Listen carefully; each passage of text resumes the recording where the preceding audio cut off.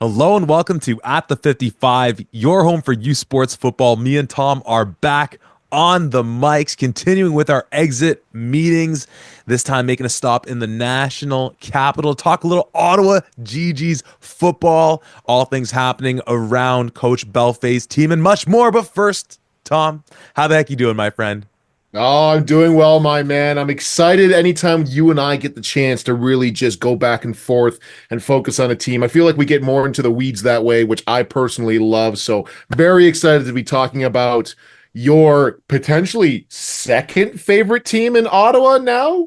It's tough sledding out there. All I know is I love me some Ottawa region football. And the thing with these Ottawa GGs that's, going to be so much fun to talk about. And there's a chance we might do a kind of part two of this episode. We've been in talks with a guest from the program coming on, but we just thought we'd fire off our recap of it with our own thoughts, what we saw from our eyes. It feels like when you talk to people around the league about this team, and I'm kind of hearkening to my time being at the National Invitational Combine a couple weeks ago, this Ottawa GG team, and I think the recent history that we'll dive into validates this, but in an even extended period, it's a team that kind of, I think, confuses people because this team's usually as Mhm. consistent as can be. I hearken back to the comment you made when we were talking a little Carlton football with Mr. Ford a couple weeks ago, and how just the fact that these two teams have to duke it out with one another every single year, Carlton and Ottawa, the fact that Ottawa's had the Ravens numbers probably is what gives them that boost in the standings. You knock down another competitive team, but you boost yourselves up. But this year especially is a particularly confusing year for these Ottawa GGs. They end up 4-4, and in so many ways, it feels like, Tom, that this was the tale of two halves to the Mhm. season. The Ben Miracle experience and then the Josh Jansen revival. Like so often in football, it comes to the guy at the helm throwing the ball, making those decisions. Is it that simple when we look at this year, just to talk about what we were expecting coming in with Miracle and what we didn't get, and then what we got when they went to Jansen? Yeah, it's really interesting because this year in particular, we just saw Uh, not the same Ben Miracle that we're used to seeing on a daily basis here, at least from previous years. I don't know what it was, but it seemed like he didn't have the connection that he used to have or that we're so used to seeing here. I mean, you and I were at the Ottawa versus York game in week 2 of the season here, and Ottawa eventually comes away with that one 27-4. But at one point in time, both teams seem to be struggling for first downs. And one that sticks out in my head really, really clearly, I believe it was in the first half, where it's supposed to be just a swing pass out to Charles Aslan, and Miracle throws it, and he's like 5 yards off from where it should be. And it's not a testament to saying like, oh, Ben Miracle was so terrible, whatever. It seemed like guys were just not on the same page for the most part here. And then you start to see, you go into the very first week 1 of the season, you and I are speculating that Miracle is injured. And so Josh Jansen gets in there, and we don't know what the split was like during training camp, if they split it equally or whatever. But week 1 of the season, he gets thrown to the Wolves or the Horses, and they play against the Western Mustangs. And then immediately afterwards, Miracle comes back in. They play for another few games, and he really doesn't look like himself, but they're able to win a couple of games. Like, it was just a very strange experience. And I do think, and I think all of GG faithful would agree with me, that the offense looks a whole lot better when Josh Jansen is in there. So I wouldn't typically say, oh, yeah, like one quarterback's in and another quarterback's in, it's a huge difference, whatever. But in this particular season, yeah, I think that offense was night and day different when the two quarterbacks were in. And the weird thing going back to the start of the year with Jansen getting the start against Western, for those who don't recall, Miracle going back to the 2023 season Hmm. gets hurt week 1 against Waterloo following. And, again, put aside what you think about where Waterloo's at right now, puts together an impressive drive to state the least. And we're messaging each other watching it from our respective homes, being like, okay, Miracle's back. He was dealing with some or sorry, he was looking good the year before. He's here, he's got some weapons, and he goes down. And we see Jansen go in that year and actually look pretty good. They do a bit of the, roundabout with Ryan LeCandro in the program. But again, the thing when we start the season, you and I were messaging being like, hold on, so Miracle, I guess he's still out, but they're running all the promotional material in the midst of the game because it's a game from Ottawa. So on the stream on OUA TV, it's all, GG centric, and there's big number 12 in Miracle. So okay, clearly they think he's the guy, even though we saw evidence that Josh Jansen looked like a dude the year before. And yeah, as you say, they struggle against York. They struggle against Waterloo, if not for the likes of my guy and Patrick Cumberbatch. And I'm not just saying that. I literally have the words "my guy" written in all caps with 5 exclamation marks on a piece of paper here next to his name. Him getting that Ed Reed-esque fumble, scoop, and score to give them a lead, kind of, jump starting that offense, or jump starting just that team in general. That's a dogfight that they're in as well. And it really, it's, the Queens game, we start to see Jansen come in, but it's really in that Windsor game. And I'm so happy you dug back into the archive to pull that one out, because that was a frustrating game in that it was perhaps one of the most exciting games. And let me hand you the floor, because you were the one doing the research and diving back into that one. One of the most exciting games, but one where, for us fans who didn't want to make the drive out to Win City, sorry, Lancers, we still love you. The stream cut out at the end of the game when, the wheels came off and the whole thing went to, seventh gear. Yeah, I mean, for the folks who remember this, for the stuff that you can actually watch here, it was a relatively slow game. I mean, at halftime here, the score is 7-3 for Windsor, and that 7 comes from a rouge and 2 field goals. So it's not exactly like things are popping off here. And then in the second half, that's really when things start kicking off, and especially near the end of the third quarter, Carleton scores a touchdown, so now it's 14, or sorry, Carleton, not even the teams that we're talking about. Windsor scores a touchdown, so it's 14-4. And then Ottawa drives the field from Josh Jansen. They go 11 plays and 86 yards, and now it's 14-11. And then Ottawa again scores with Charles Aslan and leaves 50 seconds on the clock. And right around this time, the stream cuts out. And you go, oh my God, that's so frustrating. But you know what? It's 50 seconds. Windsor really hasn't been able to do a whole lot, whatever. Windsor gets the ball back, goes 65 yards in 5 plays, and gets capped off by a 25-yard dot to Liam Talbot from the arm of Danny Skelton to go up 21-18 and ultimately win the game with 7 seconds left on the clock.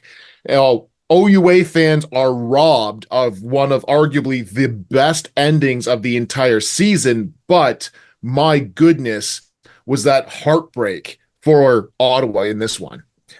Absolutely. And Ottawa just seems to be in some of these great games. And again, it's partly why I've just become so fond of this team over the year. We harken back to, thinking about Ottawa and Windsor in specific, that playoff matchup in Ottawa, I guess 2 years ago, one of JP Simonkinda's last games that led the GGs into the semifinals. I think a game as well where the stream cut out because the other quarterfinal game finished. So everyone, if they weren't watching already, tuned into this one. And then, of course, you add in all the great Panda games, this one being no different, the one that they had this year, where, again, just coming down to the wire and everything like that. But the season really flipped where you see them the following week, they put up 20 on that Laurier defense that we know was really good. And they hold them to 32, which, like, all things considered, when you look at how strong that Laurier team was on the whole this year, and very strong is an understatement. I mean, they turn Elgersma over twice. Like, we'll get to that defense for sure, and some of these other weapons. But on the whole, you have to think that for a team in Ottawa, that's it stinks coming off a tight loss in Windsor, and then all the travel and everything, to only lose in that fashion to Laurier, actually pretty nice. And then you cap it off with the win in the Panda against Carleton, which, again, we talked about it with Tristan Ford. As much of that falls on the Ravens' shoulders of sort of bungling at the end as anything else. And then taking care of business against U of T in the last week of the season.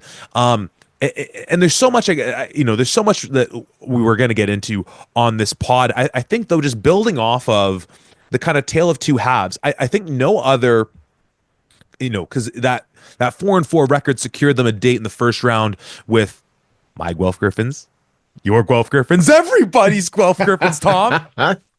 And we were live at that game, and there was we were in the pavilion, we're seeing a bunch of the old familiar faces on the Guelph side, and there was a lot of folks on that Guelph side who obviously aren't staying as tuned in to all the other teams in the league, especially out in the Ottawa region, who are like, wait, what's this 4-4 Ottawa team with the backup quarterback? Because by all intents and purposes, what that's Hmm. sort of what to an outsider's perspective, Josh Jansen is like. Who is this team giving us fits that has late in that game? And yes, it was rainy and all these things, but frankly, that just should have played into Guelph's hands.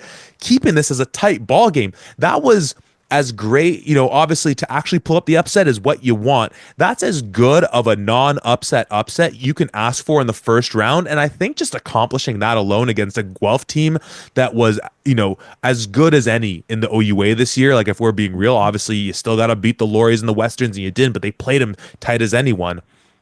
That was a great showing for Ottawa, having to take the travel as a past team first. Well, we got to talk about King Charles at some point, but in the rain against a great Guelph team and then sticking with them through 4 quarters, making, a couple buttholes get a little tight in the stands there. Yeah, my goodness, we are watching this, and at one point in time, we're thinking, okay, you and I both know this is a good Ottawa squad, but 5 minutes to go in the second quarter, it's 15-1 for Guelph. We're like, oh wow, well, this Guelph squad, holy crap, like they're looking really good and everything. And even into the third quarter, it's 18-4, and then 18-7. 18-14, 18-15 with the Rouge Point, because like you said, the wind was going absolutely nuts there. And everybody in that pavilion that we were in starts looking around going, oh, are we going to lose this game? Who the hell? Who is this Josh Jansen guy? And why is he doing what? And Aslan, what do you mean he's King Charles Aslan? What do you mean? We're getting all of these looks from people, and you and I are kind of like, we told you to look out for these guys.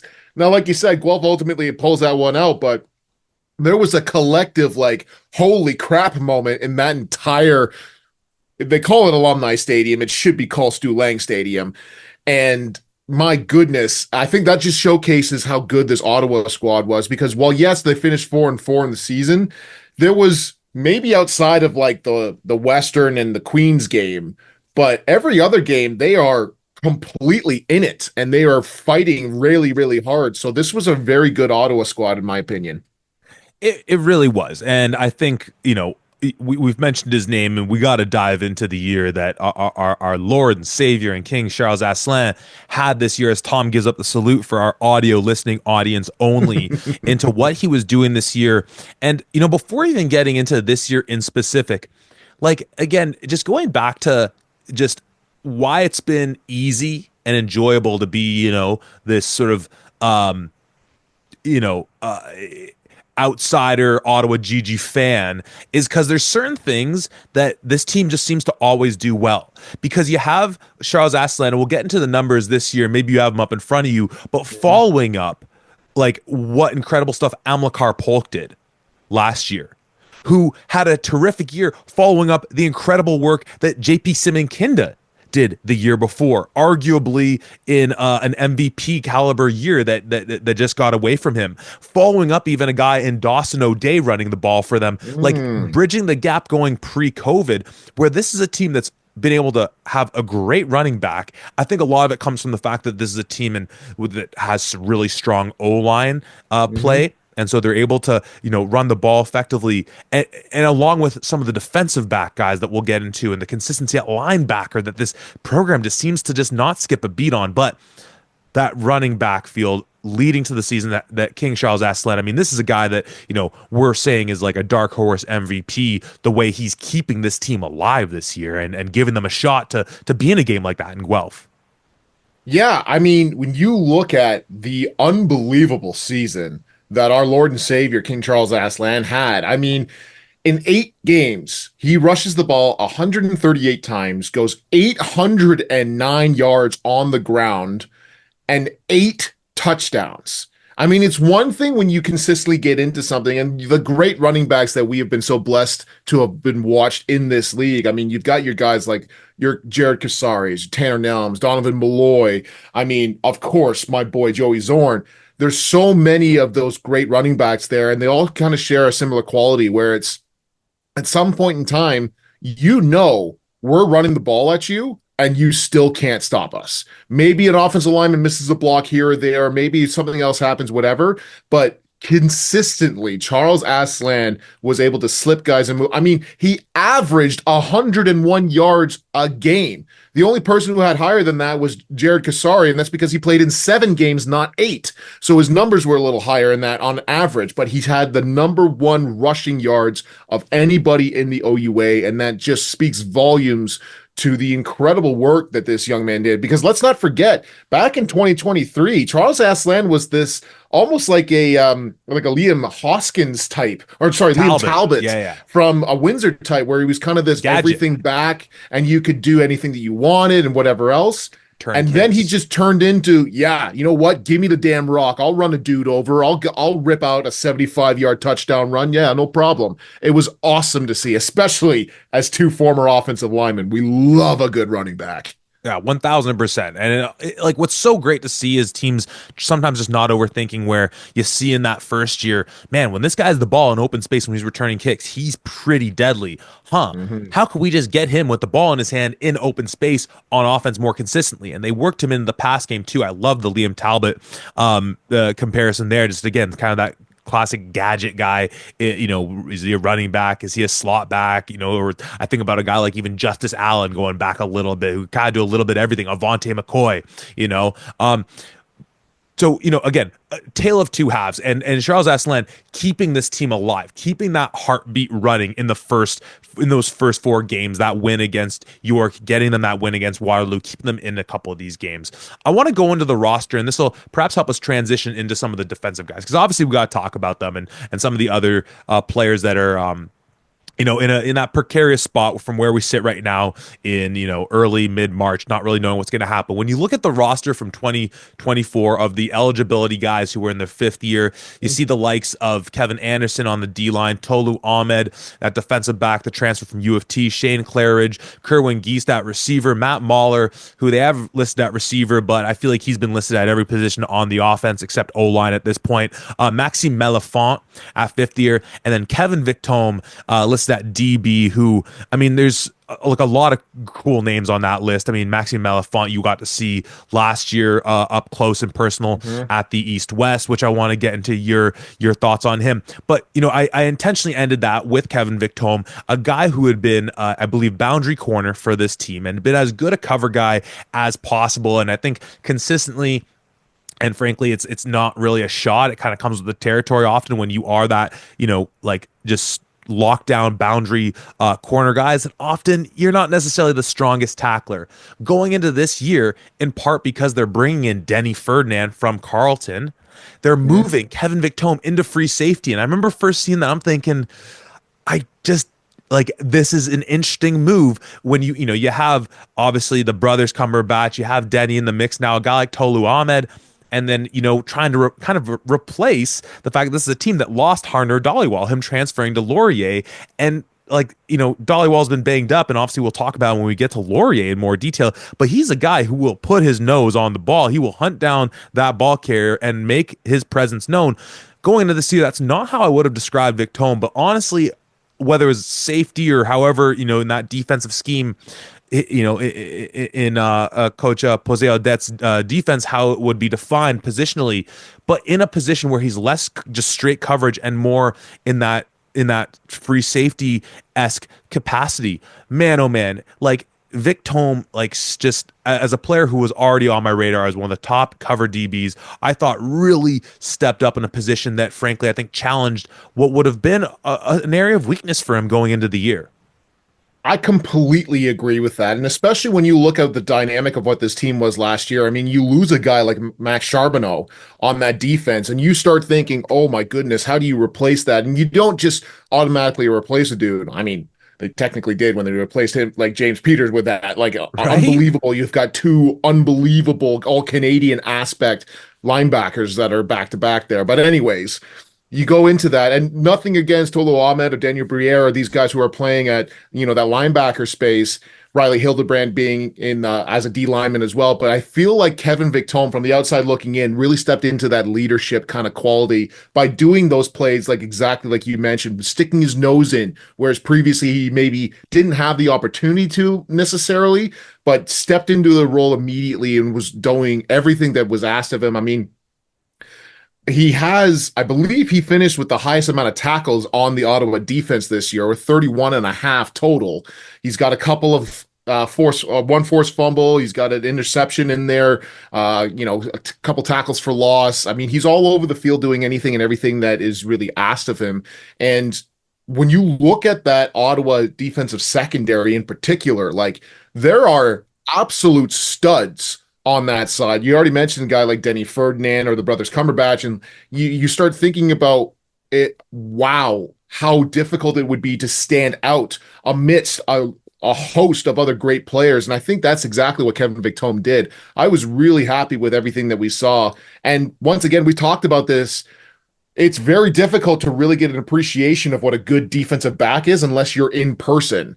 And even the few times that you and I were in person and watching this young man, yeah, he's the real deal. He was as billed. He was great to watch. No, he was stellar. And as being listed in his fifth year eligibility, again, it's in that space where hey, if that's the last we've seen of Victome playing GG football, big salute to you. Obviously, great career he put together in some terrific secondaries over the years. Melo Fonts in that mix as well, Kerwin Geist. So obviously, those are big hits that you take on the offense. But again, I feel like at the receiver position, much like with DB, much like running backs we've covered, linebacker that we that you brought up that we touched on there, they always seem to have the next guy that fills in. Again, maybe it's the piece on being so close to Quebec, and you go through their roster, and there obviously are a ton of guys that come out of the CJET program, and we know about the history of just the benefit that has, right? So a couple of guys in that fifth year. In the fourth year category, so the guys that more on the fence, we're looking at guys the likes of Ben Williams at running back, Samuel St. Jean on the offensive line, Desmond Pelto, the long snapper. They are people too. Ben Miracle, Riley Hildebrandt, who I saw at the Invitational, who was an absolute menace on the bench, which he quickly gave up. Is a guy of my own heart, though. He's listed as a couple inches taller than me. He quickly gave it up to having short arms for the success on the bench. But it explained a lot of the times that we've seen him put guys on roller skates when he was just throwing around that weight. Justice Greco at linebacker, Scott Fulton at tight end, Tristan Fortin, all-star Tristan Fortin on the O-line, also in his fourth year. Braden Krugy at linebacker, Eli Cruikshank, Kevin Beauchamp on the O-line as well.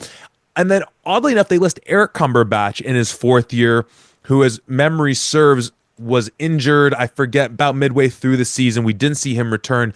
Patrick not listed, or listed in his third year, but he is a national invitee. So I don't know if that's just a mix-up on their website, because Patrick Cumberbatch is listed as a third-year guy here, but since he's going to the Invitational, I guess we know that he must be a fourth year, so on and so forth.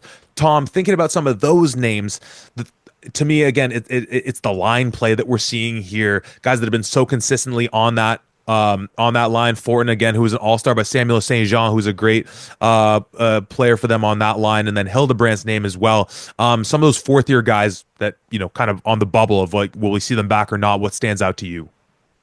Well, first and foremost, I think you have to talk about Riley Hildebrandt. I mean, what he was able to do a lot, especially once again, you start talking about how important, how huge it is to lose a guy like a Matt Charbonneau on that defense, where, you never think about taking a play off. You never think about whatever else. But as a defensive lineman, if you go, I missed a guy by a shoestring tackle, that's okay. Charbonneau is going to go coast to coast here and make this tackle, even if this was a sweep or a toss play or anything else. So to lose that, you really need to rely a lot on your defensive front. And I think Riley was a consistent thorn in everybody's side as he's going about things. He doesn't have these blowaway stats by any means, but you can see consistently they are having to account for him, whether that's a double team here or there, whether that's just purely running away from him. I think I really loved what I saw from him on that defensive side. Obviously, shout some love to Tristan Fortin, who was the all-star as well on that offensive line. But the thing that really sticks out to me is just the pure number of fourth year guys that you listed on this Ottawa squad. This was a very senior team in this regard. And I think there's a very strong chance that you see a lot of these faces come back. And I think that, once again, having an even more senior squad with fifth year guys going into next year makes this a very dangerous team. But I'm really interested to see how well, especially the national invitees, do at the combine here because, like you mentioned, I had the chance to watch Maxime Melifont last year in the Invitational, and my goodness, I the speed and the athleticism that I saw from that young man was incredible. There was one time, I think it was his first or second rep, that he was asked to do just a quick fly route essentially, and he gives a little bit of a moot, and then he turns on the jets and the defensive back, I can't remember who it was, but he's like 2 or 3 yards behind him. And unfortunately, Maxim doesn't get a great throw from the quarterbacks who were there, but it's very clear to everybody there that he just torched that defensive back pretty easily there. So really excited for Maxim and an amazing career that he has had, but really interested to see who comes back out of that fourth year squad. And honestly, like again, to me, I'm curious on the line because Mm, you talk about what Maxim did. This is a guy who was at that invitational with our guy in Nick Gendron, right? And mm. and you just look at just the receivers that this program has had, and they always have someone stepping up. Because if they can return that continuity on the line, you look again at those. If we're just gonna dial it back to then say who are the guys stepping up into that fourth year, who are some of the East-West guys you're thinking about? Obviously, a guy in Josh Jansen. That's where you're gonna find Denny Ferdinand. That's where you're gonna find Charles Asselin. And so you have a pretty nice core of skill guys on offense and a couple key guys on defense. As we know so often, it just comes down to who's dominating in the trenches for them day in, day out when you look at this squad. So again, it's a team that's somewhat mystifying that I don't know. When you look at where we had this team coming into the year, we had them with Carleton, that step up or step off territory. Did they accomplish the job? Did we have them slotted in accurately as we had laid out? Or do you think that we missed the mark with this team from where we saw them preseason? No, I think we hit it right on the nail on the head here for the most part. They're really at that mid-level that we've pretty well consistently seen from both of these Ottawa squads, as we kind of saw when we talked about the Carleton team a couple weeks ago. But with this Ottawa team, lots of really solid pieces and lots of really amazing individual players that we've noted a few times, both offensively and defensively. I mean, talking about Amakar Polk and talking about Max Charbonneau and then talking about James Peters, excuse me. And you start thinking like, wow, unbelievable players that are there. But I think the best that they've finished in the past few years has been what, 5-3?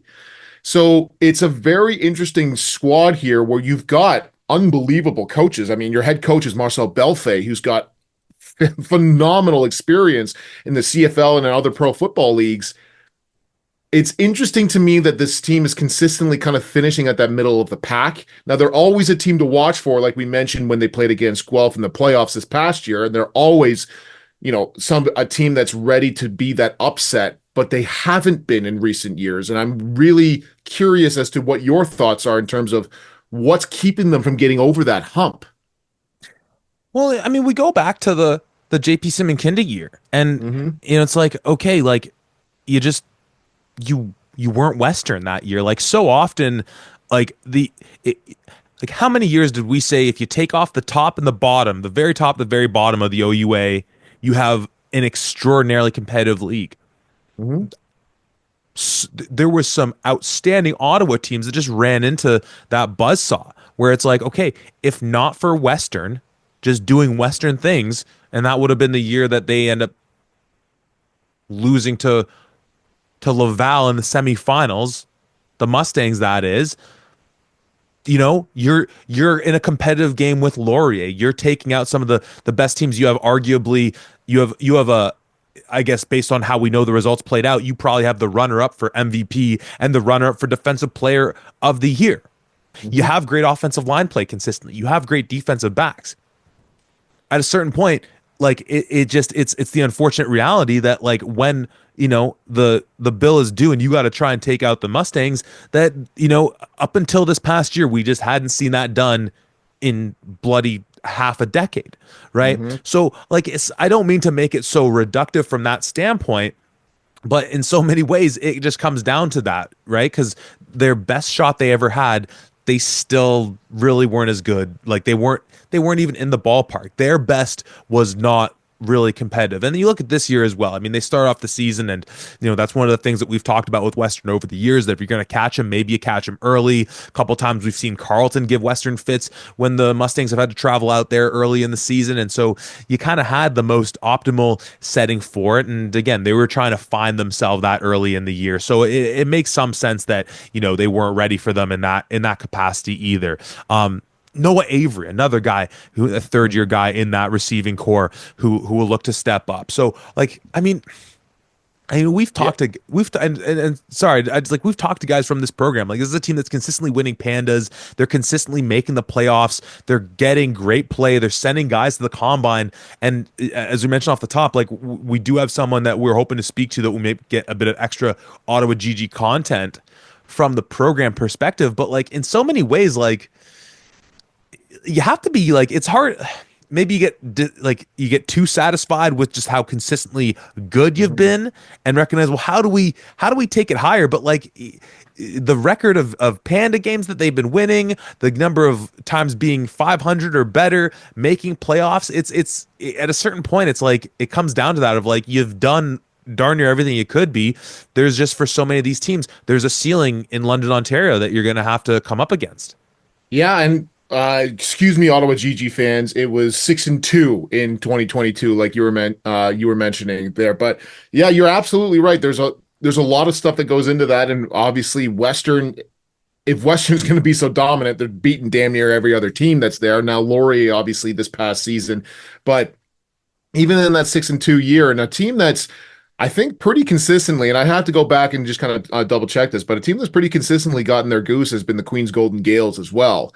And getting into that and how good that team has been, and like how do you get over that hump? But once again, you start talking about great players. You start talking about great coaching staffs, and you start talking about there's all of these things that are going for Ottawa and dominating in that city and winning the Panda game every year. How long has it been since they've been in a Yates Cup? 2009, I want to say, like the Brad Sinopoli Yeah, it years, has to be. and so it's an interesting spot. And once again, you don't talk about a team like Western being so dominant without talking about other teams that are there. But to me, it just feels like, despite the fact that this Ottawa squad has always been a thorn in people's sides and it's always can be competitive, 2 years of being at 4-4 feels like underachieving to me, and it feels like I want to see more from this Ottawa squad. No, and you might be right. It's also worth noting that between the Brad Sinopoli era and today, you also have the Derek Wendell era, which Yes. again, for folks who aren't familiar with the name, look up the numbers, because it was like, or look up the highlights. Like, this guy threw like as good a ball. I guess what he was, the 2016 17 year, I somewhere in believe that so, yeah. ballpark, where like I think he won the MVP, and just like he was spinning it, right? Outstanding. That ceiling's still gonna be there, right? So I mean, yeah, they've had talent, they've had great clubs out there. Um, I guess I don't know. It's a hard thing to chalk up, right? But we talk so much about winning your territory first and foremost. Hmm. And Hmm. yes, I very much love what Carleton's building right now, and I think that they're in as scary a position as any other team. I still think that Ottawa, if only by the records of the last, I guess, seven Pandas, you still say, okay, they own the city. You look at the recruiting process as well. They're owning that region. They're owning those CJET players, right? Which you have to do first and foremost. So it's like, again, if you were to do like an audit of the program, of like all the things you're doing right, wrong, and in between, you're checking more boxes positively than negatively, in For my sure. estimations, with this club. And yes, 4-4 might feel sometimes a little bit like you didn't quite hit your target, but as long as you're winning that Panda, as long as you're making a playoff game, and as long as you're in some of these competitive games, you know, I don't know. It's interesting to think about. Tom, from where we sit right now, we're looking at probably a few more weeks. You and I have collectively had some conversations with folks around the league. It seems like the schedule is all but out at this point, so we'll probably be doing a more official version of this in a few pods to come, but the same exercise that we've done with the other four teams, five teams, I don't know at this point. The other five teams, I think it's been that we've covered thus far. When you look at sort of what neighborhood are these teams sitting in, a lot of question marks in terms of returning players, because as we were highlighting, a very senior team. They seem to have the guy at quarterback again. It would be, shout out to Ben Miracle again, Russ Jackson Award winner, right? So just like just stamped, confirmed, good dude. That's pretty much as The like best. Yeah. ironclad you can get, as making that official. So I think that quarterback conversation is done. That controversy or whatever. Aslan back, some of these dudes at receiver, and this the trust that this defense will be sturdy in the secondary, if nothing else, with some good linebacking play. You look at a guy like Daniel Briere, Jackson Brashear, kind of learning under that lineage and that tree. From where we sit right now, the way too early prediction, like if we're just to talk about tiers or neighborhoods, like where is this team living right now? So to me, I still see them as that kind of middle of the pack team. I think another 4-4, maybe 5-3 or 3-5, somewhere in that kind of region. I kind of foresee that for these Ottawa GGs. To me, I'm very excited about what the evolution of this offense is going to be like. Once again, when we're talking about going into the season here, those 2 weeks of training camp, I really don't know how much of that is dedicated to just Ben Miracle, trying to get him up to speed, as he seemed to be the number one quarterback, especially after he came back from injury against York, versus how much time Josh Jansen is getting in there. And people can really misjudge, yeah, it's only 2 weeks, whatever. But in that 2 week time, you're shaking off all the rust from not having played previously throughout the summer. And you're also getting back into groove with everybody who's in there. So it's very important to get as many reps as you can. So with that, getting very clearly, like you said, being QB1 going into this season, having guys like Noah Avery come back and really trying to expand what that passing offense really can look like is something that I'm really looking forward to, and seeing who else is really going to step up from that receiver standpoint. What do you do with a running back play? I mean, I know we saw a little bit of flash from a few of the other folks who were running the ball there last year, but a guy like Charles Aslan, you'd hope. I don't I apologize. I forget. Is he a fifth year or is he a fourth year? Aslan? Yes. Third, brother. He's a third year. We'll see him in Waterloo in a couple weeks. So he's coming back as well. And so to have that at consistency at running back is so incredible. To me, I'm very interested, nervous, anxious, whatever you want to say about this defense. And I'm saying that specifically about the defensive secondary because of all of the guys who are going to the National Combine who could potentially stick in the CFL. I think those guys in the defensive secondary have the highest chance or highest likelihood to. A guy like a Kevin Victome, Denny Ferdinand, the brothers Cumberbatch, they have played some really outstanding football, and in a lot of cases have kept them in a lot of these really tight games by having that lockdown coverage, or at bare minimum bend but don't break kind of defense. And if you start losing those guys, which ultimately you always do, who's there, who's ready to step up back into there, and do you start having people like we're seeing across the board in quarterback play that's getting steadily better and better and better? And we're talking about guys like Taylor Elgersma, Keegan Hall, Evan Hillock, and then you start looking around and you're like, oh yeah, Josh Jansen, yeah, he's damn good. Tristan Abood, holy crap, he looks really good. And you start looking at all of these other teams that maybe you're not in the top three, but you're still a damn good quarterback. So if you don't have a really solid defensive secondary, that's just something that makes me nervous. Now they all could come back and that defense could be just as solid as it has been, but that's what's, to me, making me a little nervous about this Ottawa team. I think that's a good call. We were joking beforehand of how like we're so spoiled, and like if depending on who comes back, can we just make a hey to everyone who played OUA football in 2024, can we all just collectively make a promise? Let's all come back. Let's all come back. Because you know what, man? Like there is so much potential for this upcoming OUA season to be. I'm trying to think of the word without just swearing as the adjective of choice because I'm so excited. But just to be like so doggone electric that frickin' it'll put a Voltorb out of business or whatever. Electrobuzz. A Pokemon reference, unbelievable. Doing my best here. And with this defense, I think the number one thing, and we've harped on this for a while now, I kind of trust that they're like I kind of trust they're going to get DBs to fill those slots. I kind of trust that linebacking core will be solid to beyond solid.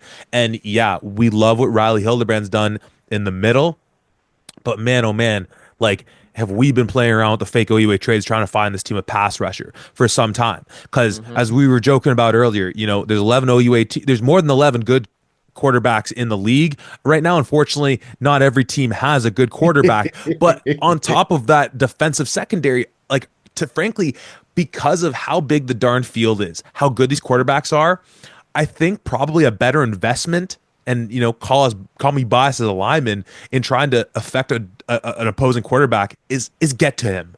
Because at a certain point, like again, we're looking at such great names as Patrick and Eric Cumberbatch, Eli Crookshanks, Denny Ferdinand, Kevin Victome, all these guys. At a certain point, the offense is going to win if that quarterback's sitting back there. And for however many consecutive years, this is a team who is at the bottom third, bottom quarter of the league in terms of getting to the quarterback. And when you look at the numbers, when you look at the teams who are winning consistently, who are dominating, that's a stat that usually correlates pretty well with that success, with the number of quarterbacks and how good that play is getting. It was great when we were talking with Coach Grandy, and he was alluding to being the first season that the coordinators, whomever it is, are getting the direct mic into the QB's ears, that we're getting into the league and seeing how that's affecting the play. That's only gonna make those offenses, as you alluded to, that much more dynamic, that much more efficient.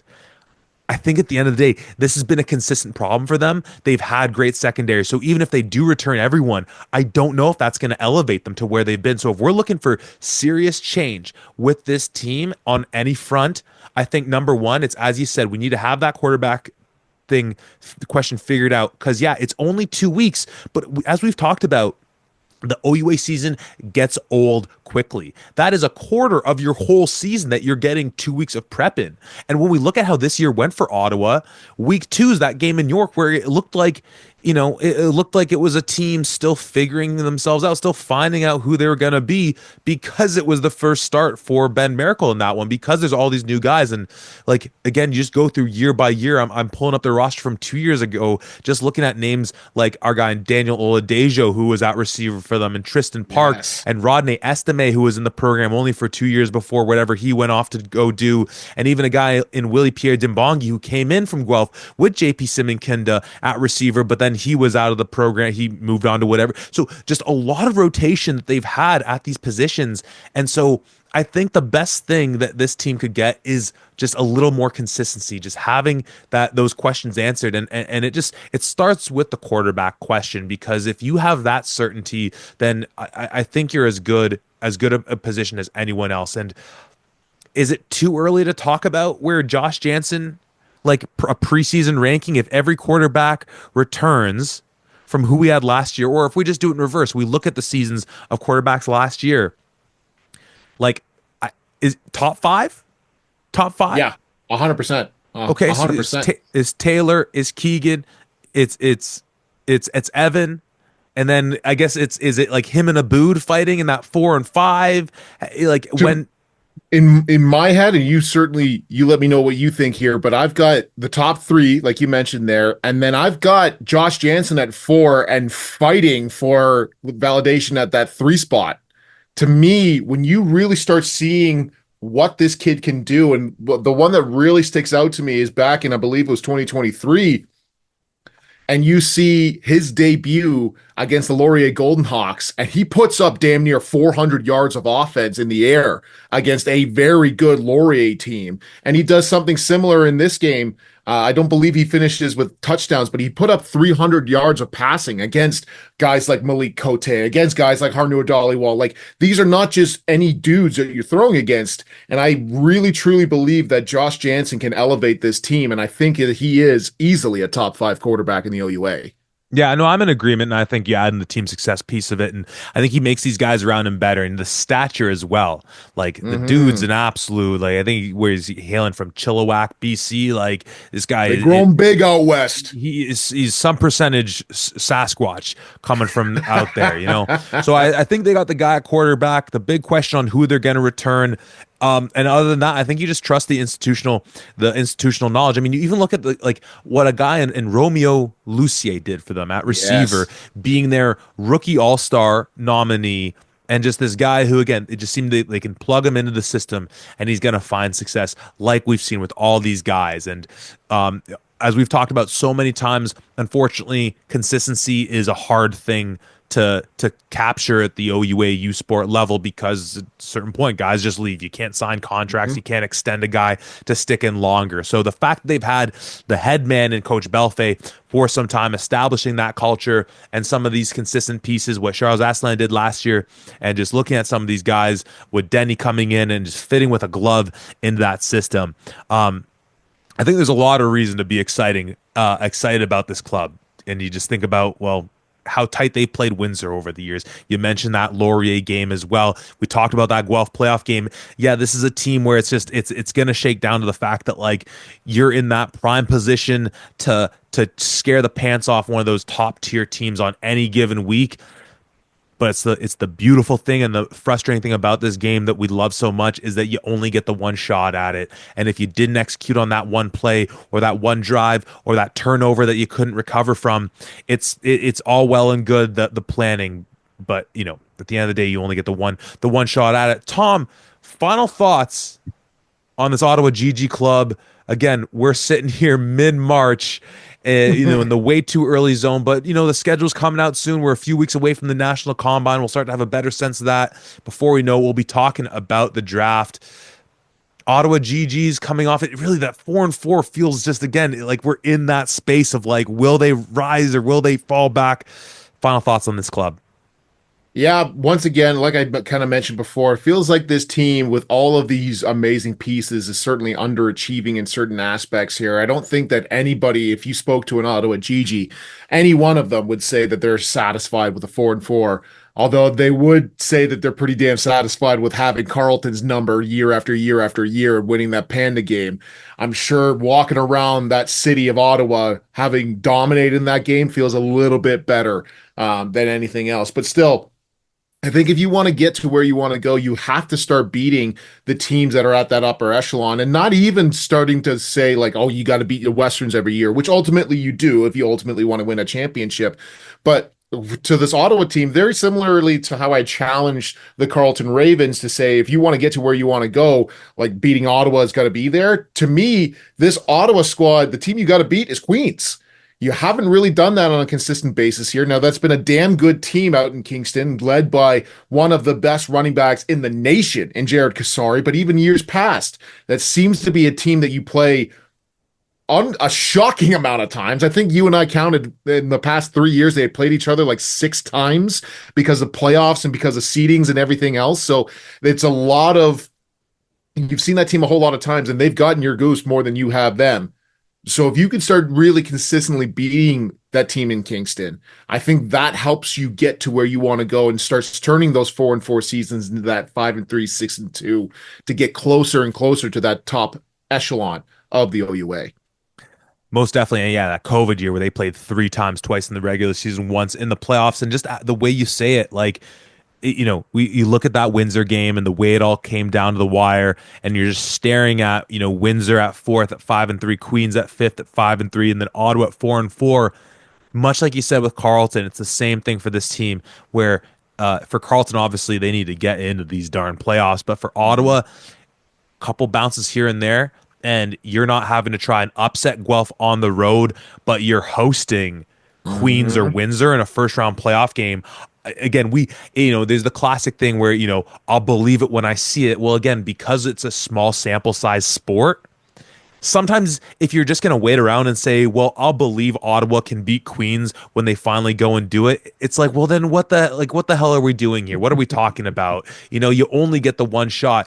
Do I like the idea of Ottawa hosting either of those two teams, especially Windsor with the travel? You're darn right. And could I see them making a semifinal?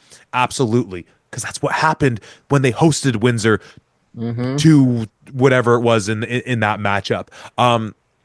lot of excitement from this club, a lot of reason to be positive for this team. And just again, the institutional stability that they have with Coach Belfay and his staff is what keeps this team ticking, what keeps them, I think, just in that position to be competitive year in, year out. Tom, that is our breakdown on the Ottawa GGs. It's great that you brought up their competition with the Queens Golden Gales, because Richardson Stadium, metaphorically speaking, is where we are headed to next to talk a little bit of ball coming from Kingston, Ontario. To be determined if we get a special guest from the program talking Queens with us, but that'll be on the schedule, so tune in next week right here at the 55.